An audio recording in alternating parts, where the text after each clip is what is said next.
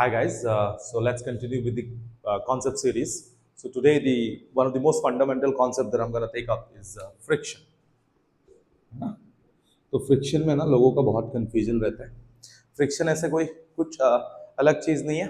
एक सिंपल सा कॉन्सेप्ट है फ्रिक्शन का. उसी बात को आपको याद रखना है ना. फ्रिक्शन जैसे ये फ्रिक्शन इज अ फोर्स, है ना. ये एक रियल फोर्स है. जैसे इससे पहले हम लोगों ने पढ़ा था normal, tension, spring, gravitational force, है ना.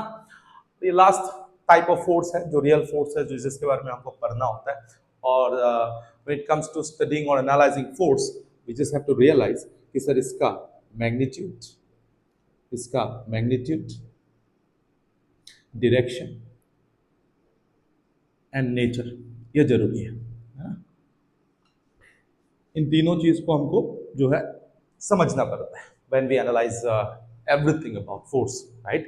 So here अभी टॉपिक है आज का फ्रिक्शन. तो फ्रिक्शन का कॉन्सेप्ट बहुत ही कंफ्यूजिंग है because at every moment we just think is a friction is a opposing force, है ना. opposing force वही पढ़ाया जाता है, वही समझा जाता है ना. but that's not the case, है ना. तो if you look at it fundamentally आपको समझ में आएगा कि सर फ्रिक्शन का एक ही गोल है सर, एक मकसद है. मकसद क्या है ना. What's the goal? फ्रिक्शन का असली कॉन्सेप्ट क्या है? Friction just once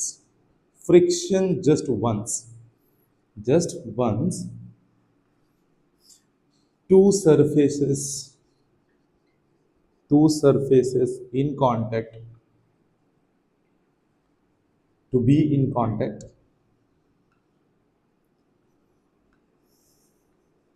always. मतलब फ्रिक्शन सिर्फ ये चाहता है कि सर जब दो सरफेसेस कांटेक्ट में है, that means their contact surfaces are connected. तो फ्रिक्शन वंस कि those two contact surfaces have to be connected forever and ever. That's the only concept. हमको इस पे मटेरियल साइंस घुसा के नहीं पढ़ना होता है ना. इसमें ये नॉर्मल लगेगा सर, ये नॉर्मल, ये जो भी है ये सब शेप बनाएगा, those things are meaningless for us, है ना. दैट इज मटेरियल साइंस, है ना. तो आप आईआईटी में जाके जब मास्टर्स करोगे तो उसमें आपको कुछ चीजें पता चलेगा. But as far as JEE and NEET is concerned, this kind of concepts I feel are purely outdated, है ना. But let's just concentrate on the concept. Concept क्या है? एक ही कॉन्सेप्ट है. क्या बोल रहे हैं sir? Friction just once two surfaces in contact to be in contact always. मतलब यहां से मुझे क्या पता चला सर? फ्रिक्शन कब लगेगा? जब टू सरफेसेस कांटेक्ट में होगा. जब टू सरफेसेस कांटेक्ट में होगा. वो पहला अंडरस्टैंडिंग है, बट 100% अंडरस्टैंडिंग वो नहीं है ना. और फ्रिक्शन क्या है सर? और एक बात, friction again is a reaction force. इसको भी समझना है आपको. Friction is a reaction force. और फ्रिक्शन कहां लगता है? इसका डायरेक्शन हमेशा कहां होता है? अलोंग द कांटेक्ट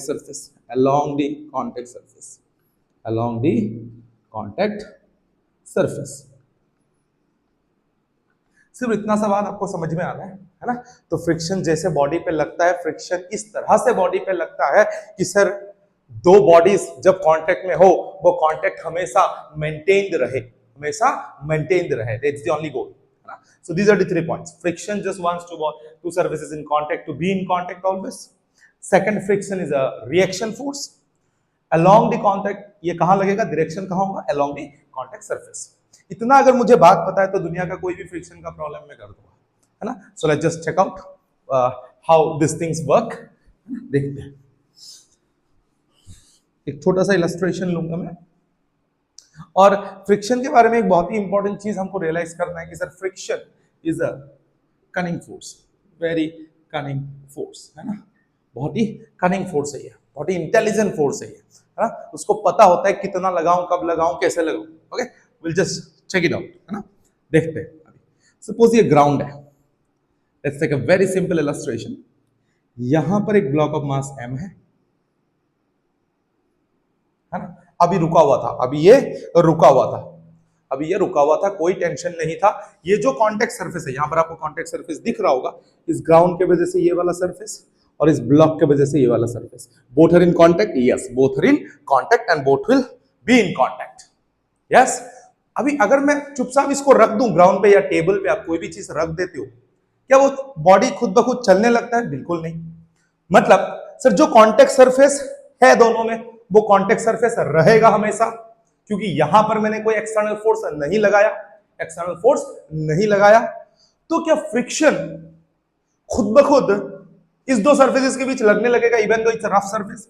सपोज ये रफ सरफेस बोल के, रफ सरफेस देखते ही सर लोगों का ऐसा अंडरस्टैंडिंग होता है कि सर फ्रिक्शन लगा दो क्या इस पे? नहीं सर, इस बॉडी का टेंडेंसी ही नहीं है आगे जाने का, पीछे आने का। मैंने क्या बोला? Friction is a reaction force, friction is a reaction force. अभी देखिए ये दो सरफेसेस कांटेक्ट में है, दैट मींस अलोंग, अभी फ्रिक्शन कहां लगता है? अलोंग द कांटेक्ट सरफेस, मतलब ईदर इन दिस डायरेक्शन और in this direction, along the contact surface, because contact surface horizontal है तो फ्रिक्शन भी हॉरिजॉन्टली लगेगा। क्योंकि मैंने बोला फ्रिक्शन रिएक्शन फोर्स है, तो फिर हॉरिजॉन्टल में there has to be action, there has to be action, external action रहना पड़ेगा सर हॉरिजॉन्टल डायरेक्शन में। अभी इस बॉडी पे क्या क्या फोर्स लग रहा होगा सर? नीचे एमजी धरती माता का प्यार और इस कांटेक्ट सरफेस की वजह से नॉर्मल रिएक्ट कर गया, so normal and MG are equal, so vertical direction में बॉडी मूव नहीं करेगा, बॉडी इज इन इक्विलिब्रियम।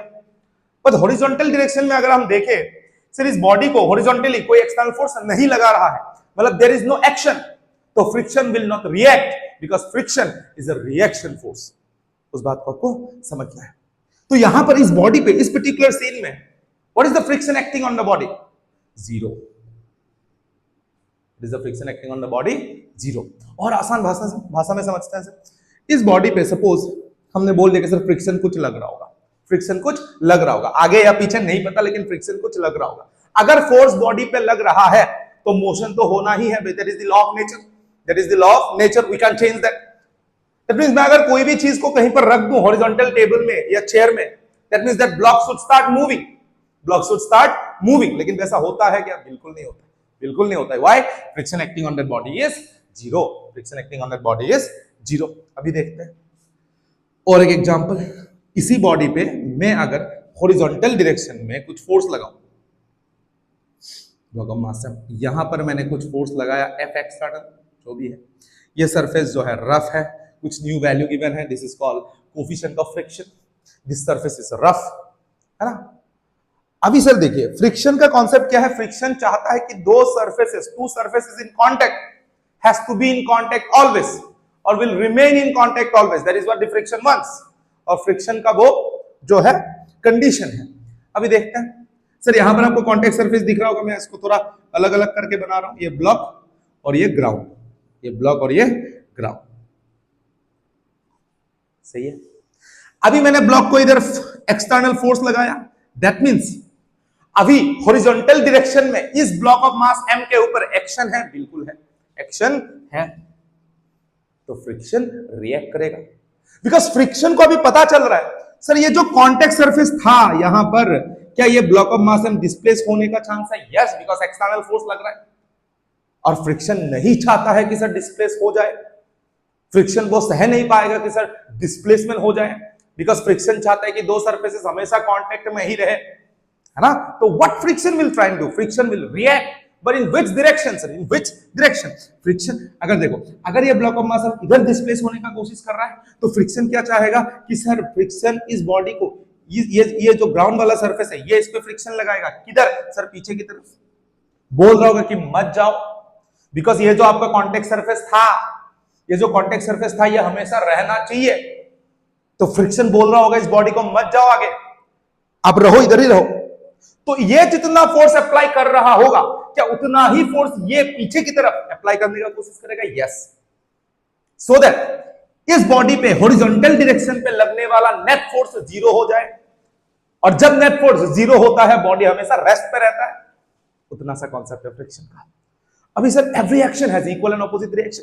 अभी इस बॉडी ने, इस सरफेस ने अगर इस सरफेस पे फ्रिक्शन पीछे की तरफ लगाया तो ये बॉडी भी इस सरफेस पे, ये वाला सरफेस भी इस सरफेस पे फ्रिक्शन लगाएगा, किधर? लेकिन इन फॉरवर्ड डायरेक्शन। क्यों? क्योंकि ये बॉडी, ये वाला सरफेस भी बोल रहा होगा मेरे को तो कोई खींच रहा है, मुझे तो जाना पड़ेगा, तुम भी मेरे साथ चलो, क्योंकि तुम भी अगर मेरे साथ चलोगे तो हम दोनों का कांटेक्ट तब भी हमेशा रहेगा। यस, ग्राउंड बोल रहा है मत जाओ, ये बोल रहा है तुम साथ चलो। It's a very simple, this is what the simplicity, ये है फ्रिक्शन का nature. That's it when it comes to direction of friction. आपको इतना सा समझना था कि सर दो कांटेक्ट सरफेस जो कांटेक्ट में है, फ्रिक्शन हमेशा चाहता है कि सर दो सरफेस हमेशा कांटेक्ट में ही रहे, हमेशा कांटेक्ट में ही रहे। बिकॉज इस ब्लॉक पे इन हॉरिजॉन्टल डायरेक्शन कुछ फोर्स लग रहा था, तो ये ग्राउंड बोलेगा मत जाओ, तो इस डायरेक्शन पे फ्रिक्शन लगा दिया।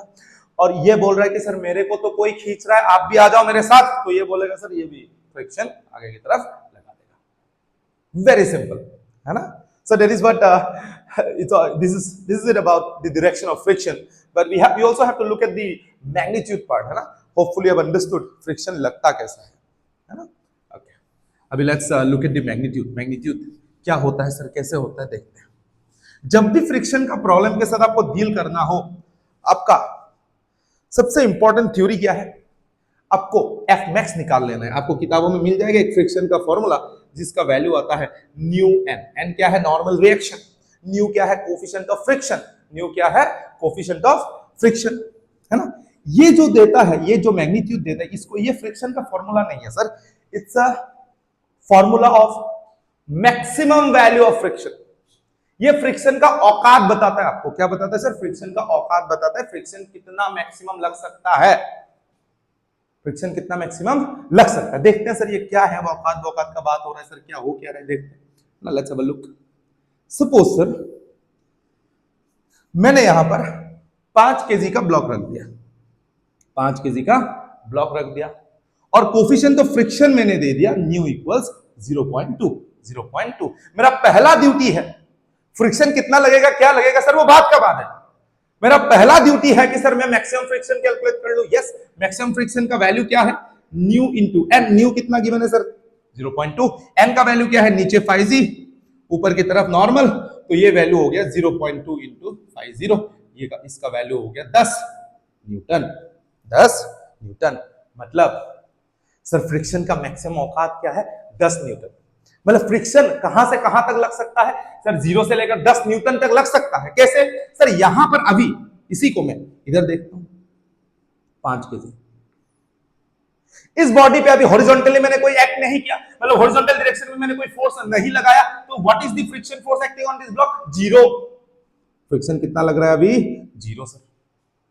ये 10 आ रहा था सर, 10 आ रहा था, 10 क्या है सर, 10 क्या चीज है, देखते सर 10 तक कैसे पहुंचेंगे हम। सपोज मैंने इसी बॉडी पे अभी 5 न्यूटन का फोर्स लगा दिया, 5 न्यूटन का फोर्स लगा दिया, 5 न्यूटन का फोर्स लगा दिया मैंने, एक्सटर्नल फोर्स। तो फ्रिक्शन, ये जो ग्राउंड है, ये जो ग्राउंड है, इस बॉडी पे किधर फ्रिक्शन लगाएगा पता चल चुका है आपको सर, पीछे की तरफ लगाएगा, पीछे की तरफ, पीछे की तरफ। और फ्रिक्शन क्या चाहता है कि सर ये दोनों बॉडी जो है वो रेस्ट पे रहे, वो हमेशा कांटेक्ट पे रहे, हमेशा कांटेक्ट पे रहे। अगर चल रहा है तो एक साथ चले, अगर रुका हुआ है तो रुका रहे, दैट्स व्हाट फ्रिक्शन वांट्स। तो फ्रिक्शन बोला कि सर आपने 5 न्यूटन लगाया, मैं भी पीछे की तरफ 5 न्यूटन लगा देता हूं, क्योंकि अगर आप इस तरफ 5 लगाया, मैं पीछे की तरफ 5 लगाऊं, तो इस ब्लॉक पे लगने वाला एफ नेट हो जाएगा 0 और कांटेक्ट जैसा था वैसा ही रहेगा। यस, पहले कितना लग रहा था जब रुका हुआ था, 0। अरे मैंने कुछ 5 न्यूटन का फोर्स लगा दिया, तो पीछे की तरफ फ्रिक्शन कितना लगा सर, 5 न्यूटन। लेकिन सर ये क्या 10 न्यूटन मैक्सिमम, सर ये फ्रिक्शन का वैल्यू नहीं है, ये क्या है सर, ये मैक्सिमम वैल्यू ऑफ फ्रिक्शन है। ओके नाउ और एक एग्जांपल लेते हैं, किसी ब्लॉक पे मैं खत्म करता हूं आज। बहुत ही बेसिक फंडामेंटल लेवल पे कॉन्सेप्ट चल रहा है, आपको जब प्रॉब्लम करवाया जाएगा तब बहुत हायर लेवल का प्रॉब्लम भी लिया जाएगा, है ना। Don't worry about anything. अभी सर आगे की तरफ मैंने 8 न्यूटन फोर्स लगाया, तो फ्रिक्शन को कितना लगाना पड़ेगा पीछे की तरफ, सर औकात है 10 तक, 8 लगा देगा तब भी ब्लॉक रेस्ट पर रहेगा, बिल्कुल सही, 8 न्यूटन। फ्रिक्शन कितना लगेगा सर, 8 न्यूटन। अभी देखते हैं सर और एक थर्ड इलस्ट्रेशन, सेम एग्जांपल। हम लोगों ने कब का एफ मैक्स कैलकुलेट करके रखा है, तो कोई टेंशन नहीं है। आगे की तरफ 10 न्यूटन लगा दिया सर ने, फ्रिक्शन बोला सर मेरे पास है उतना होगा, तो 10 न्यूटन लगा दिया, तो अभी भी ब्लॉक रेस्ट पे है, अभी भी ब्लॉक रेस्ट पे है, बिल्कुल।